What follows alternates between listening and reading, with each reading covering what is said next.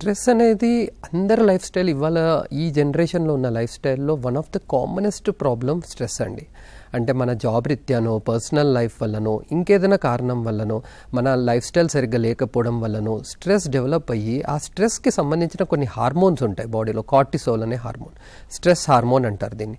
ఈ కార్టిసోల్ అనే హార్మోను మన ఇన్సులిన్కి క్వైట్ ఆపోజిట్గా పనిచేస్తుంది. దాని ద్వారా మన బాడీలో షుగర్ ఉన్నదానికంటే ఎక్కువగా పెరగడము అండ్ ఇన్సులిన్ దాన్ని కంట్రోల్ చేయడానికి కష్టపడము, వాటి వల్ల డయాబెటీస్ రావడము. సిమిలర్లీ ఈ స్ట్రెస్ వల్ల మన రిఫ్లెక్స్ మెకానిజం, బ్లడ్ ప్రెషర్ని కంట్రోల్ చేసే రిఫ్లెక్స్ మెకానిజం తగ్గడం, వాటి వల్ల blood pressures systolic and diastolic రెండు పెరగడం చూస్తున్నాం.